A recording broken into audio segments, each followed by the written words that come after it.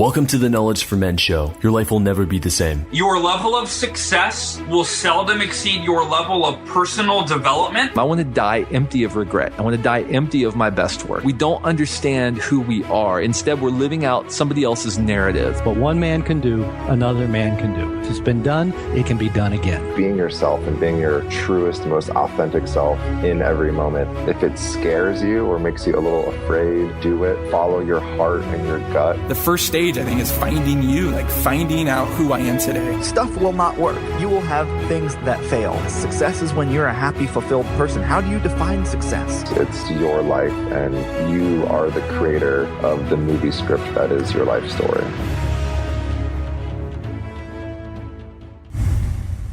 Hey guys, every Wednesday, I'm going to be hosting a live online event sharing my biggest lessons in an action-packed presentation designed to help you go from where you are now to where you want to be. I'm helping men break through their biggest limiting beliefs to create the life they want. Plus, after the presentation, I'm going to do an open Q&A where I answer all of your questions. To register for my next event, go to kfmlive.com. Again, that's kfmlive.com. Register now before the event fills up. Hope to see you there.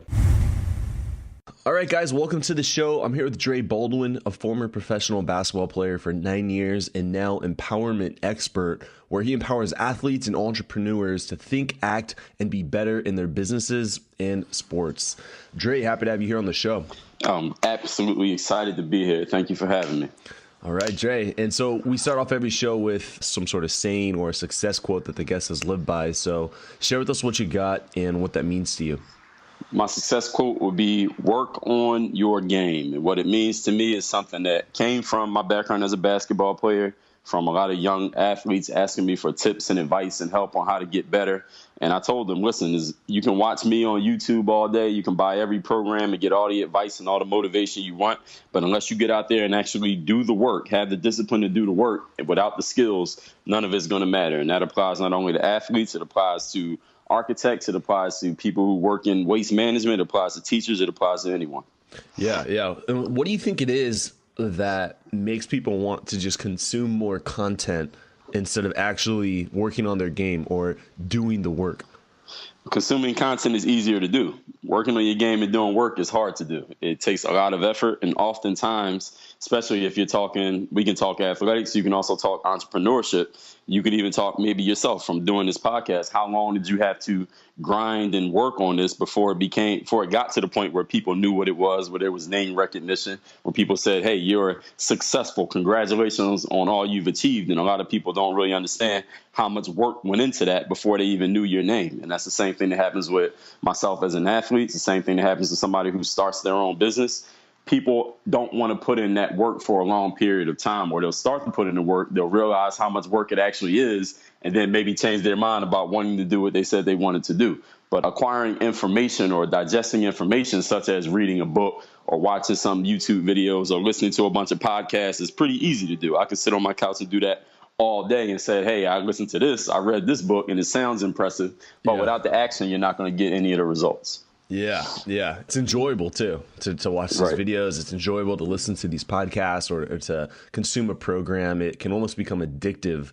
It can actually be damaging because you feel like you're progressing, you feel like you're growing, but the results are still the same. The results are still the same as yesterday. So, Dre, how did you get started with all this? If you could walk us through how you got started with a professional basketball career. You said you traveled 8 different countries. Walk us through this and then how it led you to what you do today. All right, you want the long version or the short version? I want the one that has failures and challenges and setbacks. Okay, that's all of them. All right, so great. I started playing basketball around age 14. The first sport I played was, street football, kickball. I played some tackle football for a while up until the point where we actually had to start tackling. And I told my parents, the coaches said, hey, bring your equipment tomorrow. My parents said, well, we can't afford equipment. So that was the end of my football career. Then I started playing baseball. My dad was actually the coach of the baseball team. I was 9 years old. I played baseball for about 4 or 5 years. My dad still coaches baseball to this day. But once I got to the point where we weren't using the pitching machine, I don't know if people know what a pitching machine is when there's a machine on the mound instead of an actual pitcher. You just drop the ball into the machine and the ball comes straight to the exact same spot every single time. So I had gotten really good at hitting that. It was basically like a step up from T-ball. I gotten really good at hitting that ball, but then when there was an actual live person pitching the baseball, I realized that baseball would not be my future because I was terrible at hitting a baseball. So that was the end of my baseball career. I walked about 50 yards over from the baseball field to the basketball court at Finley Playground in Philadelphia, where I grew up at. That's where all my friends were. That's pretty much what all the young men in my environment did, was play basketball or, go stand on the corner or talk to girls and hang at the mall. Those are the only options. So I started playing basketball, was terrible at first. I tried out for my high school team as a freshman, got cut. As a sophomore, got cut. As a junior, was the worst of all 3 years to that point, got cut again. As a senior, I finally made the team, and I set the whole world on fire by scoring about 10 to 15 points my senior year. And that's not – and I'm not even saying that per game. That's all year. I scored 10 to 15 points the entire season, and we played about 20 games. Well, so from here, why are you continuing to play basketball if you're not performing well and you're probably not getting a lot of game time? Like, why do you keep showing up? The reason that I kept playing is because I kept seeing progress. From when I started playing at age 14, I was really bad. I was terrible. I couldn't dribble. I couldn't play defense. I was basically like a one-trick pony. I would stand in the corner and shoot three-pointers. That's the only skill that I had. But every year, I kept getting better. I started to grow into my body a little bit. My athleticism started to come. My confidence started to grow. And by the time I got to age 18, which is the spring/summer after my senior season of basketball ended in high school, that's when my confidence was really at its peak. That's when I said, you know what, I'm not in high school anymore. The next place I go, this is the way I was thinking was this, Andrew. I knew that the next place I went, which was college, none of the people who knew me as that bum-ass player in high school would be there. So basically, I could become whoever I wanted to be by the time I got to college. So I could walk in there and be this confident, great basketball player. And the only thing they knew about me was what they saw. They didn't know the past of me barely making the basketball team as a senior. They only knew what they saw in that moment. And by the time I was 18, heading into my freshman year of college, I was actually to the point where I felt like I could play basketball with anybody, anywhere, at any level. So then I walked on to a college at Penn State Abington, which was a 4-year academic university, but it was 2 years for sports at that time. Played 1 year there, didn't do that great, but did okay, better than I had in any year in high school. And that summer, I actually got recruited to go to a Division III, NCAA Division III school, which is called Penn State Altoona. And the funny story is actually how I met the coach there. During that summer, I had just been driving up to the campus every day because Penn State Abington is a local branch campus, local to Philadelphia, about 20 minutes outside the city.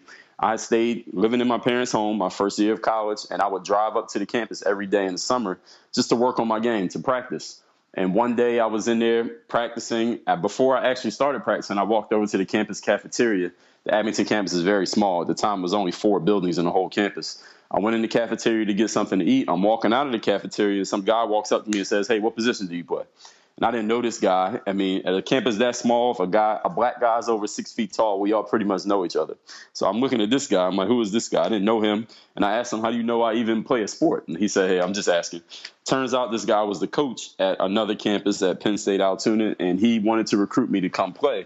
And the funny thing is, I found out later on when I talked to him that he didn't even know who I was. I thought maybe he had just planned it and saw me there, but no, that wasn't it. He just saw me, and he said, looking back, he said, I knew what type of player I needed for the upcoming season, and you looked like you might be that type of player. That's why I started talking to you. And then he did do his due diligence later on and found out that I actually was pretty good, and I ended up going to play there. He ended up getting fired after my sophomore year of college, after I transferred to go play for him. The next coach that came in was a former NBA player by the name of Armin Gilliam. He wanted to start his own regime, so he basically cut all the returning players except for 3 of us. I was one of them that actually made the new team, but I didn't last long. About 8 games into that season, he kicked me off the team. And the day that he kicked me off the team, it was in the middle of practice. And I remember walking out of that gym thinking to myself, all right, there are about 16 guys in this gym, and I'm better than all of them. But if you ask someone who doesn't know anything, who knows basketball, but they don't know me, they don't know any of these other guys, who's the best players in here, none of them would say me because, listen, all these guys are playing college basketball and I'm sitting in the stands.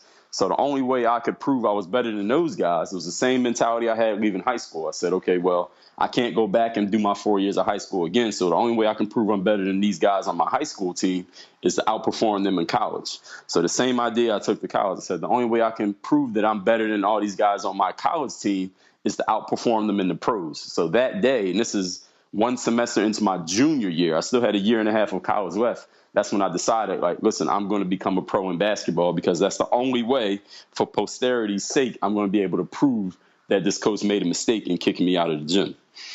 Then I moved on to about a year and a half after I graduated from college. I worked a couple, quote unquote, regular jobs. I was an assistant manager at Foot Locker. I sold gym memberships at Bally Total Fitness.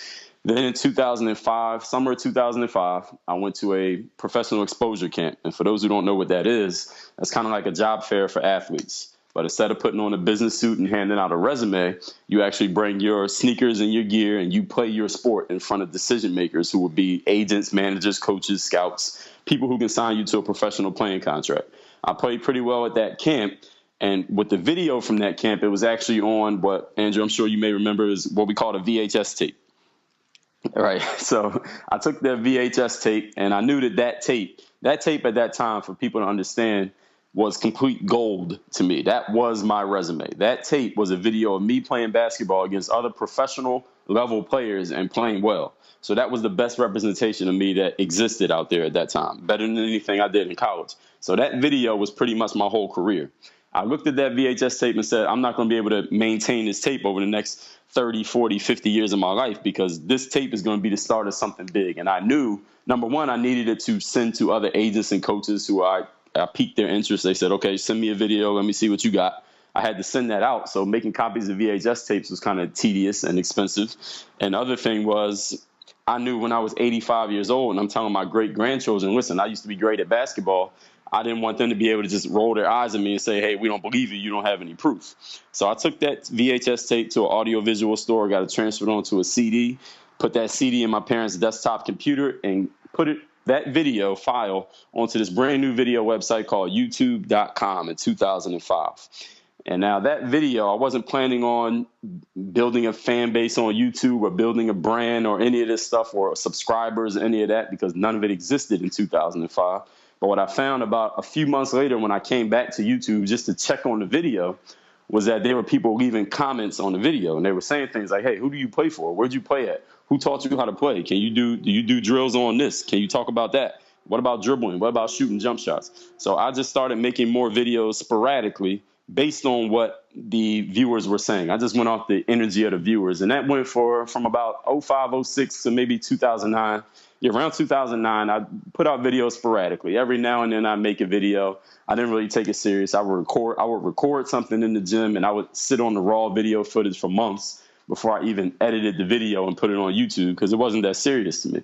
Now, at the same time, these stories are running parallel. Around 2009 was the time I was looking at my basketball career, and it wasn't a straight vertical line going up. I'm sure many of the listeners have seen that chart where they say people think success looks like this. There's a straight line going up and to the right, but it actually looks like this, and it looks kind of like scribbles and just all over the place. Yeah. Exactly. One of those stock market charts. Right. So that's how my basketball career was going at that time. There were times I would get a contract, times I wouldn't get a contract, times I was basically just an unemployed professional basketball player with a college degree, but I was taking not serious career, quote unquote, jobs because I knew I needed to be able to leave quickly if I got a job offer to go play overseas. So I'm working at gyms like LA Fitness. I worked at a telemarketing company, one of those places where you get the mailing that says you are in the drawing that you might win $100 million. The people that actually call that number. So I worked in places like like that. All right. So how's your YouTube channel going right now? Like how many videos, subscribers? Because you said you did it for like 4 years, and I'm wondering if you're still doing it today.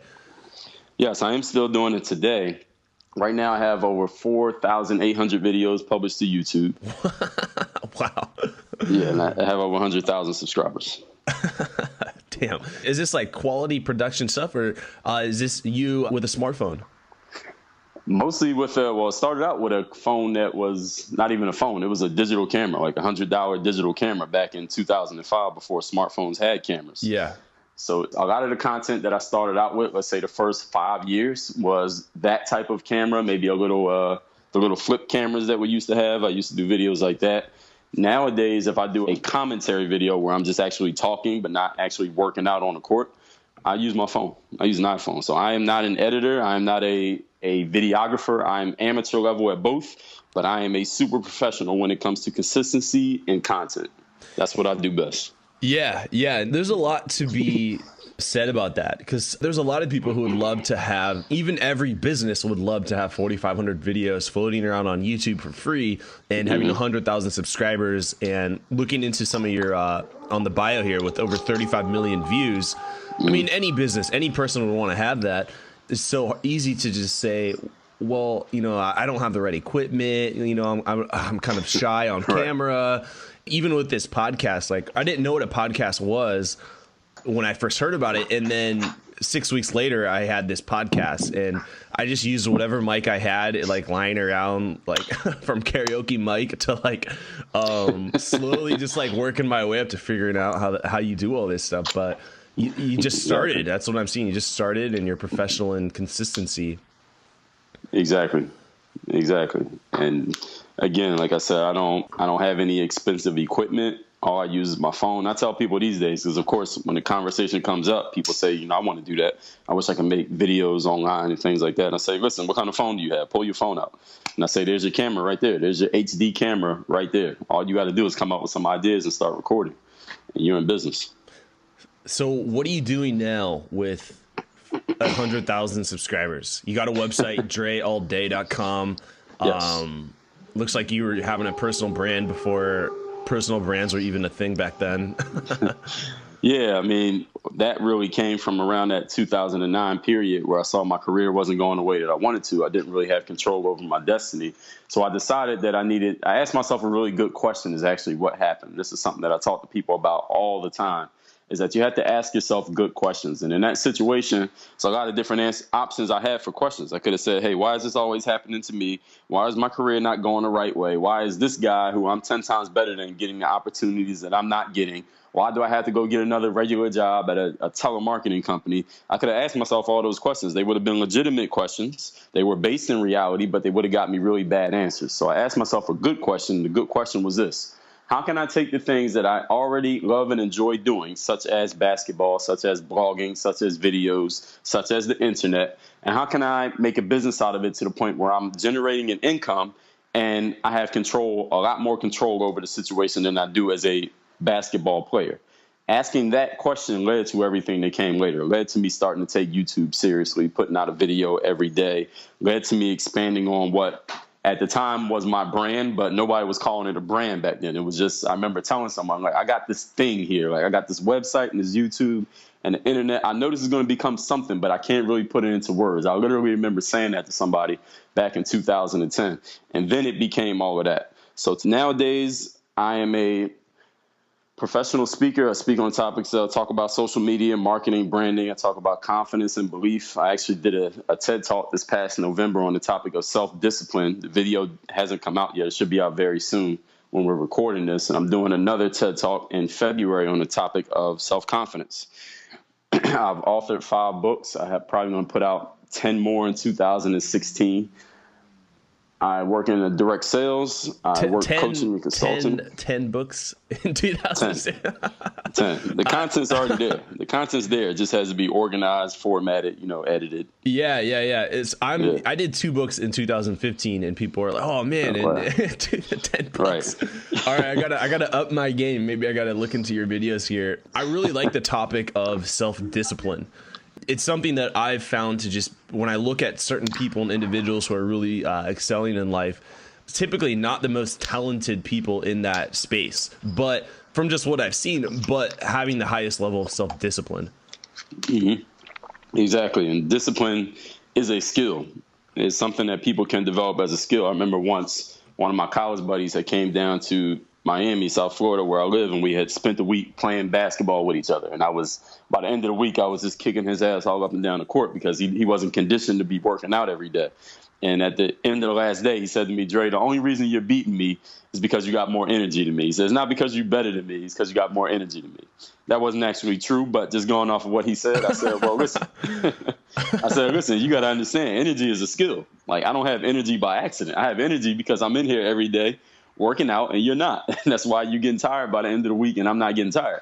And eventually he said, you know what, you're right. You're absolutely right. Energy is a skill. And discipline, persistence, those are skills. If someone can develop the skill of just showing up every day, even if they are devoid of talent, that can be their talent. And if you can show up longer than somebody else, even if they're better than you, you can achieve higher than them because you're there when they're not.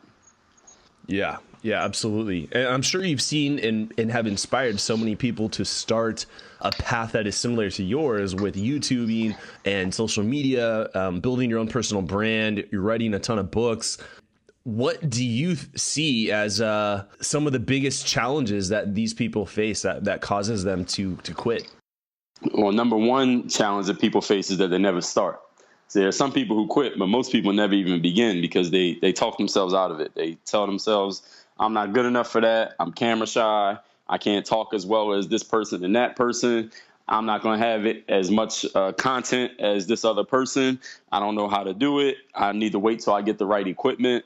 This is the kind of conversations I have with people all the time. And then there are the people who start and they say, well, I did record some videos, Dre, but I looked stupid, so I deleted all the videos. Or I put some videos on YouTube, but nobody's watching them, so I stopped making videos. Or I wrote something and it sounded stupid, nobody read it, so I just took it down and I stopped blogging. So oftentimes people just stop themselves in the super, super early stages. It's not that they get any negative feedback from anyone else. They're giving themselves so much negative feedback that negative self-talk is what stops people from achieving anything in life more than it is actual failure in action.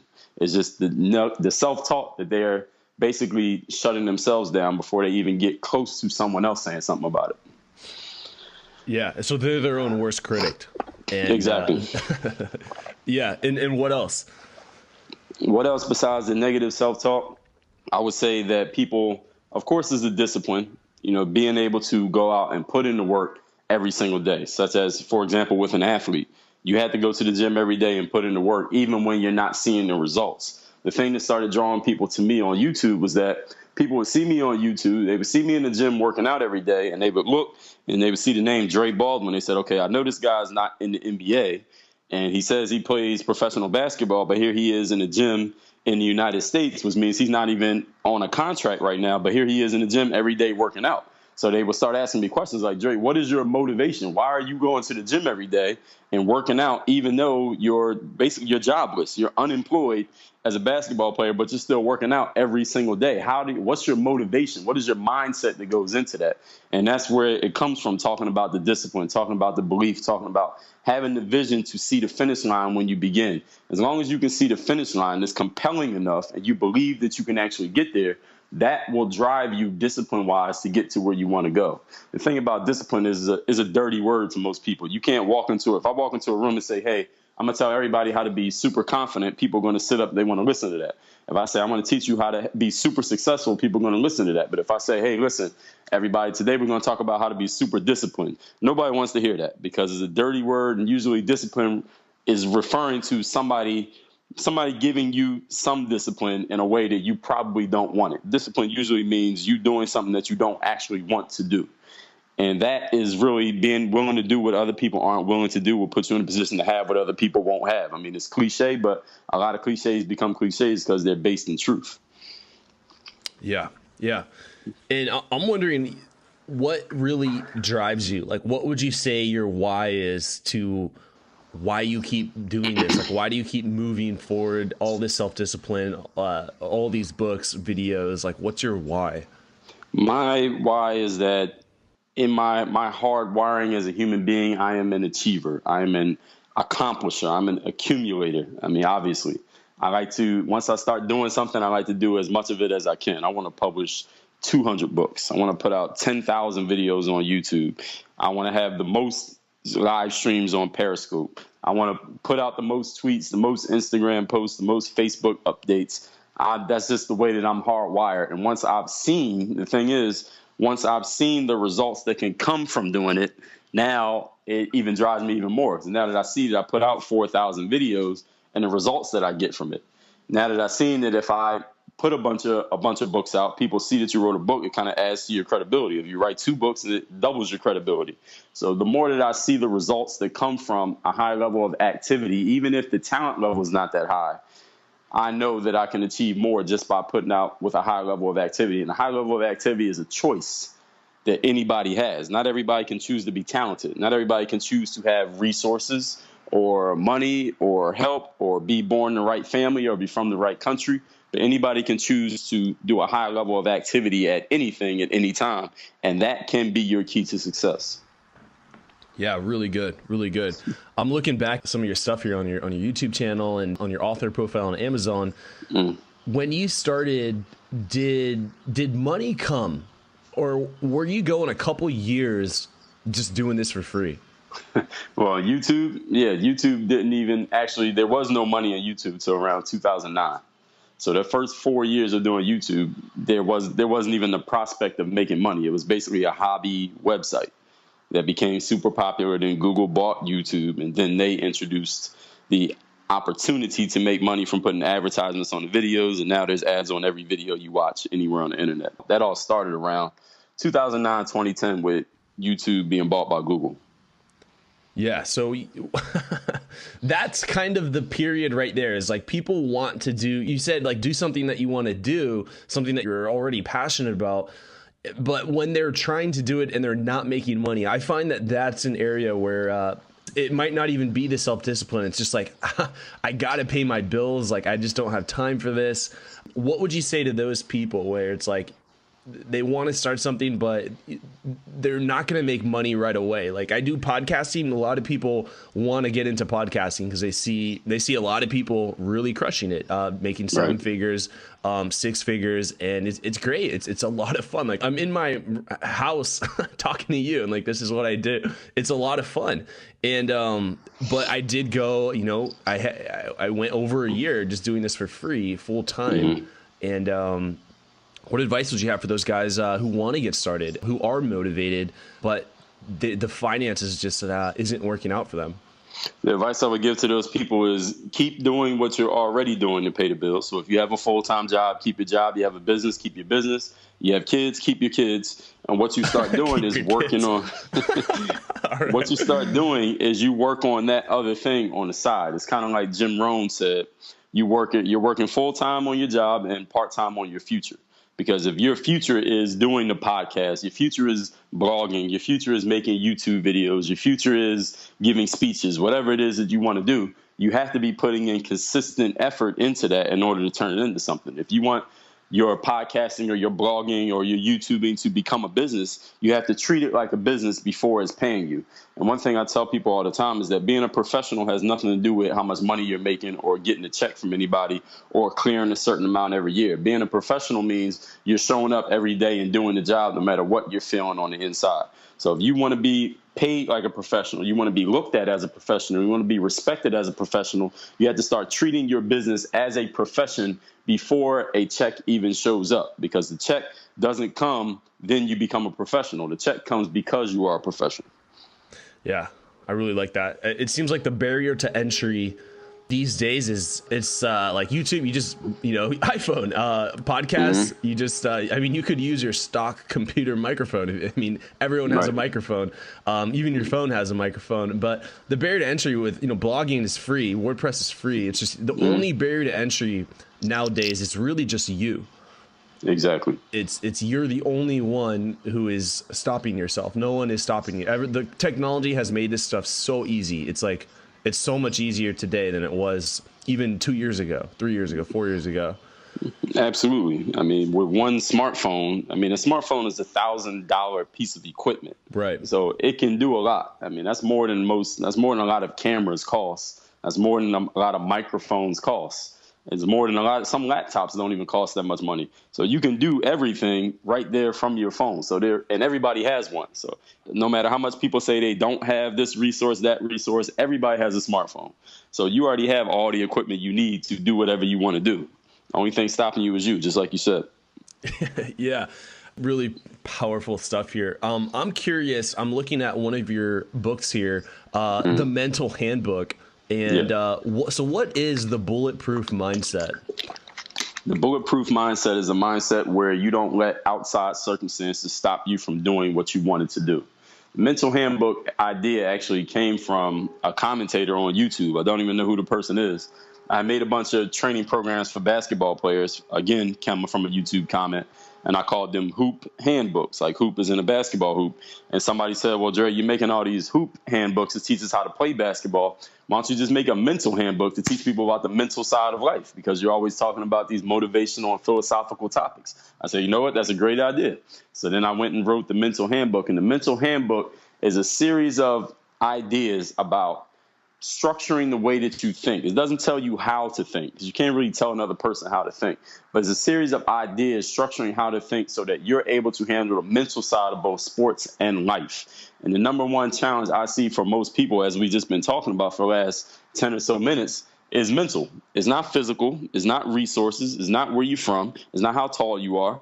It's just the way that you think. And if you ask yourself bad questions, you're going to continuously get bad answers. If you ask yourself better questions, you're going to get better answers. So the mental handbook is really about asking yourself better questions and getting better answers as a result. And the way that you think will be directly reflected in everything around you in your life. So if you change your thinking, you can change your entire life.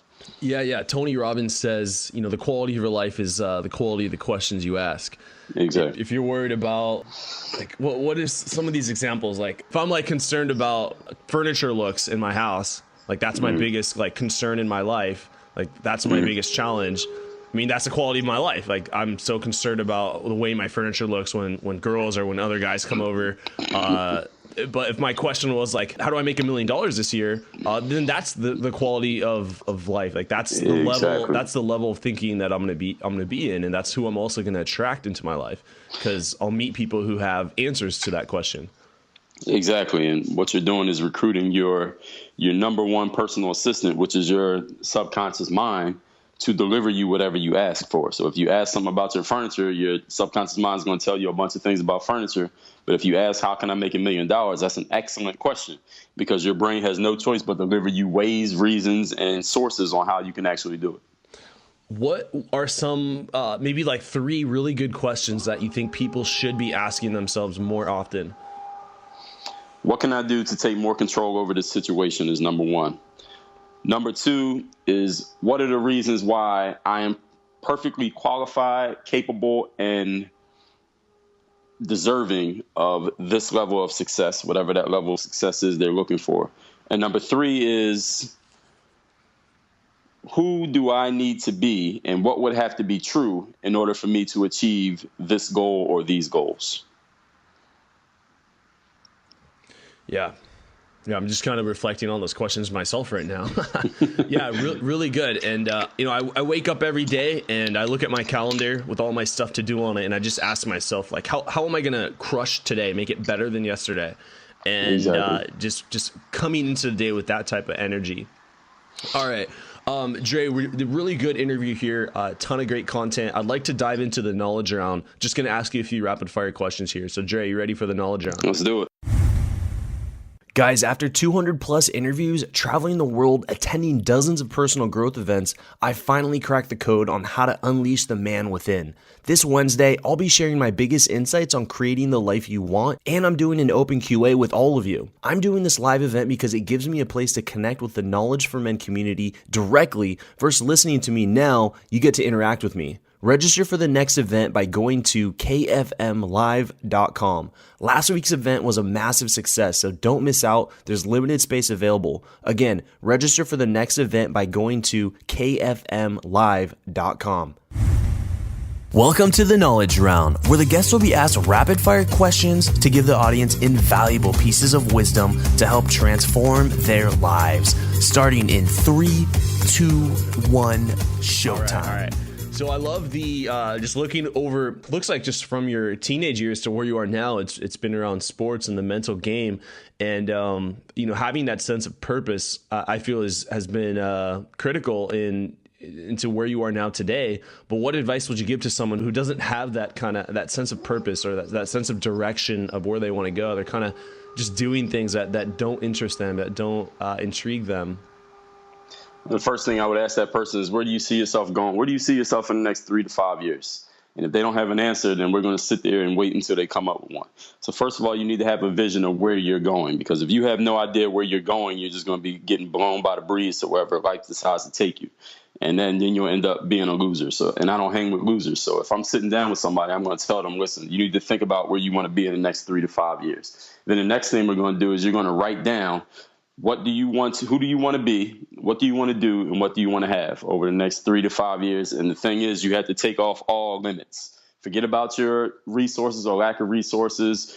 Forget about where you're from. Forget about your current situation, what your job is, how much money you might have, who's around you, who would help you, who wouldn't help you. If I was handing you a magic wand, I heard this from Andy Andrews. If I was handing you a magic wand and told you could touch all 3 areas of your life, be, do, have over the next 5 years, what would your life look like? And write that down.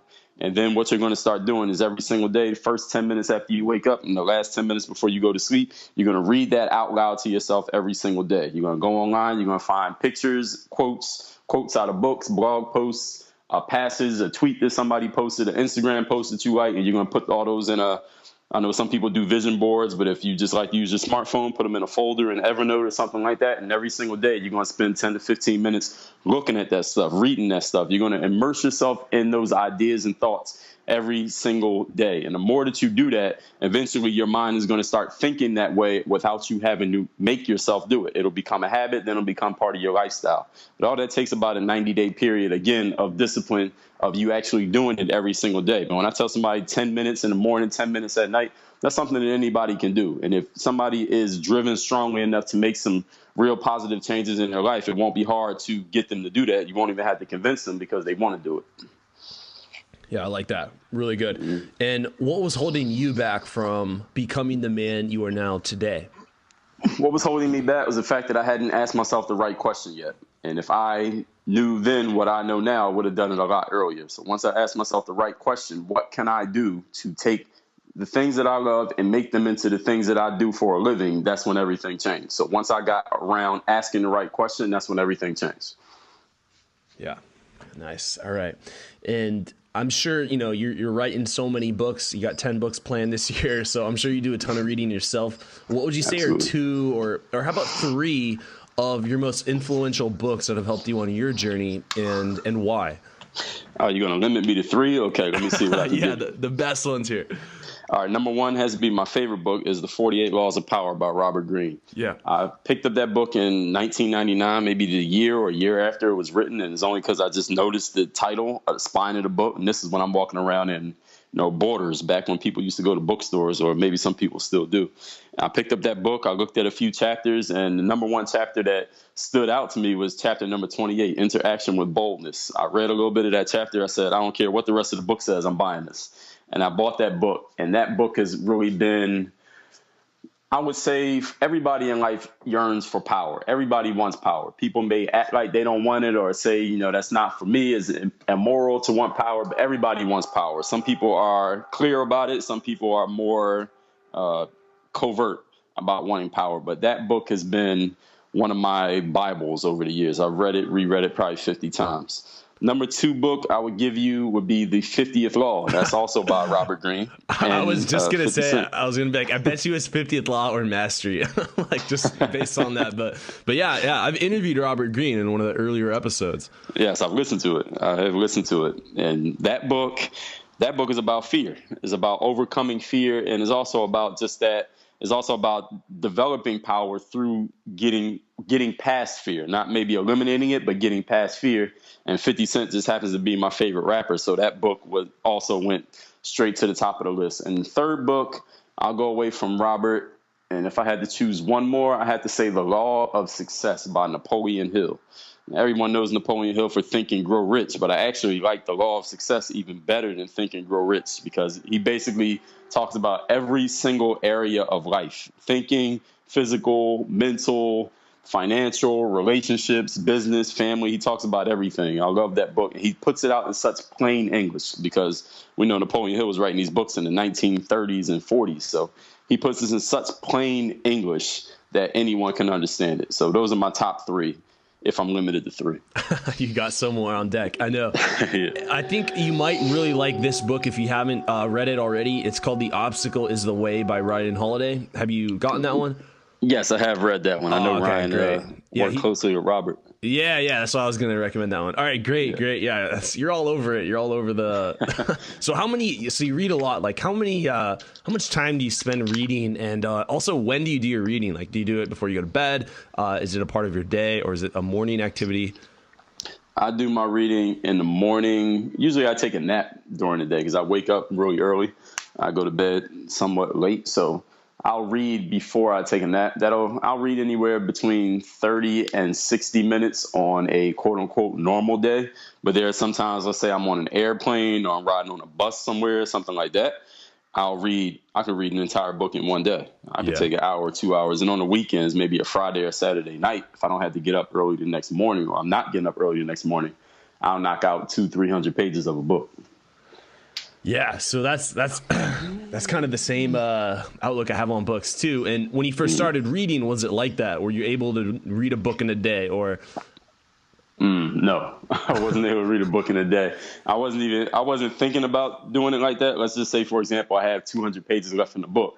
I'll say, you know what, I'm going to finish this book tonight. I'm going to just go ahead and knock it out. When I first started reading, I've been reading for a long time. My mother's a teacher. She had my sister and I reading books from a very young age. That's why I was, wandering through a bookstore and I happened to find Robert Greene, 48 Laws of Power. I was just in the bookstore, just looking around. So when I first started, I read a lot slower. I read a couple blog posts, like Tim Ferriss had a great blog post on how to read faster. I've never taken a speed reading class or anything like that. But reading digitally now, I can make the fonts bigger on my iPhone and I can really get through the content a lot quicker than I used to. So that's the only thing with that. I don't do it as a race as to see how many books I can read. I just read them as much as I can.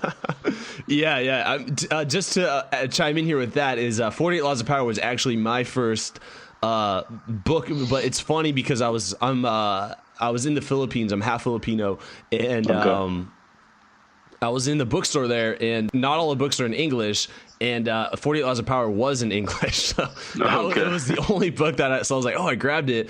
And I grabbed that. And then below it, or right next to it, was The Art of Seduction. And then that got me on the path of personal development. And then the next book after that was Anthony Robbins' Awaken the Giant Within. And for me, like that was those three books alone catapulted me into pretty much everything that I'm doing now. But yeah, it's 48 Laws of Power. Robert Greene's like, I consider Robert Greene Yoda, modern day Yoda. Absolutely. Awaken the Giant Within would have been in my top 5 if I had 5. Yeah, Anthony Robbins is just awesome. But now, I love this. This is more of a scenario here for you, Dre. So imagine you have 60 seconds with 20-year-old Dre. All right, so you have 60 seconds with 20-year-old Dre. If you think about what he's doing, what would you tell him to do? And what would you tell him not to do if you had 60 seconds with him? 20-year-old me was a sophomore. Yeah, so my birthday's in February, so it was probably either my second semester of my sophomore year, the first semester of my junior year of college. I would tell him 2 things. Number 1, start educating yourself. Yes, you're in college. Yes, you're at Penn State University, but that's not what I'm talking about. If you want to be successful in the quote unquote real world, you need to get real world information from people who are already there. So start reading books, start consuming, I guess back then we had cassette tapes, start consuming the cassette tape personal developments, read books of people who have already done the things that you think you might want to do. Because I knew back then that I didn't want to work the traditional route. I wanted to be some type of business owner, entrepreneur, but I had no idea how or what or where or when. So I would have told myself, go to the bookstore, find books of people who already are entrepreneurs, or find a person who's an entrepreneur and ask them, what do you read? Go get those books and read them every single day. And the second thing I would tell 20-year-old Dre is have the regrets of things that you did do, not regrets of things that you did not do. So you don't ever want to look back at any point in your life and say, wow, I wish I had did that. I wish I had asked that girl for her phone number. I wish I had said this thing at work. I wish I had tried out for this team. I wish I had tried to sell that product or service. I wish I had started that website. Make mistakes of things that you did do, not mistakes of things that you did not do. I like that. Just letting that soak in now. And would you say like that, would that be your philosophy on life and success? Absolutely. I'd rather make the mistake of saying something and somebody not liking it than not saying anything and saying, damn, I should have said something. Or trying something and then not working than not doing anything at all and having to think for the rest of my life, like, man, what if I had actually tried that? I wonder what would have happened. Because you'll never know. I'd rather make the mistake of commission than the mistake of omission. I believe I got those words right. Yeah. Yeah. I was just having, it was late at night, like 3 a.m. and I was talking to my friend. He's a 7-figure real estate investor. And I was like, man, we're talking about our goals for the year, like way into the night. And I'm asking him like, what's going to make the difference? What's going to make all the difference between someone who is going to just crush 2016 and someone who is going to be in the exact same position next year? And he interrupted me. Like, I'm like asking the question. He's like, I already know what I'm going to say. And he interrupts me. And he's like, it's easy, risk. He's like, the people who are going to crush it, they're going to be taking more risks this year. They're going to be putting themselves out there more. They're going to be doing more things outside of their comfort zones and stretching themselves. And in some cases, in his case, as an investor, kind of putting it all on the line.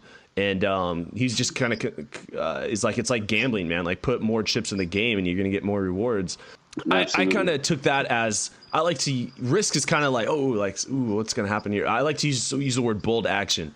And I wrote this email piece that I just sent out earlier. I got all these, I'm looking at my email, I got all these responses I got to get to now. But it's great. And it's like, map out your year to where you're taking calculated bold action, like a very significant piece of bold action in your life every 3 months. That was what I wrote about. And so I was like, you don't have to stress if you're going to have a good year, because you already wrote down you're going to, like in your case, like you're going to do 10 books. Like if you mapped out the days, the months that you were going to actually launch those books, like you would just know, man, I'm going to crush this year. Look, it's all on paper. I'm going to take all this different bold action. It's going to stretch myself. It's going to push me to do something beyond my, normal boundaries of what I'm comfortable with.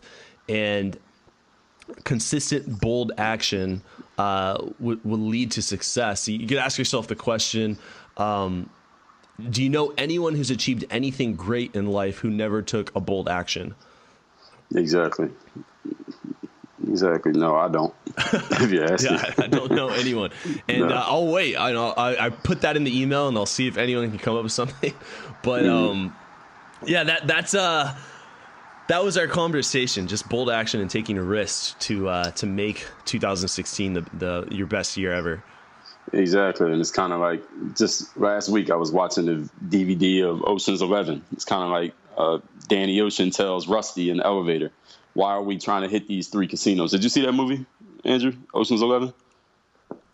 Yeah. I have seen it. Yeah. George Clooney and Brad Pitt. And he says, why are we trying to rob these 3 casinos? And George Clooney says, because the only way you take the house is if you bet big on the right hand. When the right hand comes along, you bet big, then you take the house. And that's a metaphor exactly for what you just said. You got to bet big on the right hand. What people have to understand is the right hand is every single day when you wake up. That's another opportunity for you to bet big. And if you never bet big, you'll never win big. Yeah. That's it, man. That's it. I'm feeling motivated, energized. Like I'm drinking a coffee right now. Like I'm ready to end this and start working. But we're having great conversation. This has been a really fantastic episode. Great story. What's exciting you now in 2016? Like what's getting you out of bed in the morning? I know we got the 10 books, but like what else we got going on? When that's already a stretch. Like that's like a book every 5 weeks or something. Yeah, what's exciting me this year is to keep doing YouTube videos every single day. I'm still blogging every single day. I've added in Periscope. So now I'm doing live Periscope streams multiple times every single day.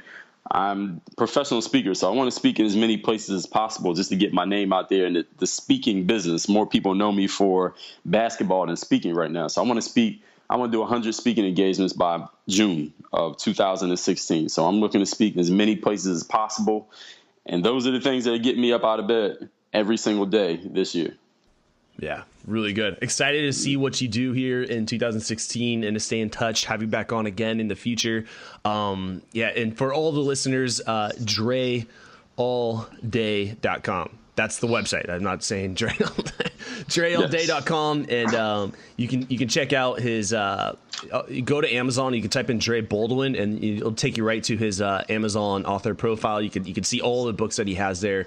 I really commend you for all the work that you've done, and the YouTube videos, all the work that you put in. I love seeing just the hustle. Like, I can relate and connect anyone who's hustling. It doesn't matter if it's like business or anything. It could be a golfer, whatever it is, martial arts. Like, I love hustle, and I just respect it. It's like an art in itself. Oh, thank you very much. I appreciate you having me on, and it's all about the hustle. That's all it is. That's my only skill, is hustling. I have no other talents. Thank you for listening to the Knowledge for Men podcast. Hundreds of interviews and 1 million downloads later, we're continuing to build an international movement, and we've just started. So if you enjoyed this episode, go ahead and leave a review in iTunes. It really helps to grow the podcast. Guys, 2015 is the official year of living with purpose, where every day you do only the things that matter to you. You wake up, live with purpose, and take massive action towards the life you want. Check out kfmfree.com to get free tools I've created to help you crush life. Again, that's kfmfree.com. This is your host, Andrew Farabee, and I'll see you in the next episode.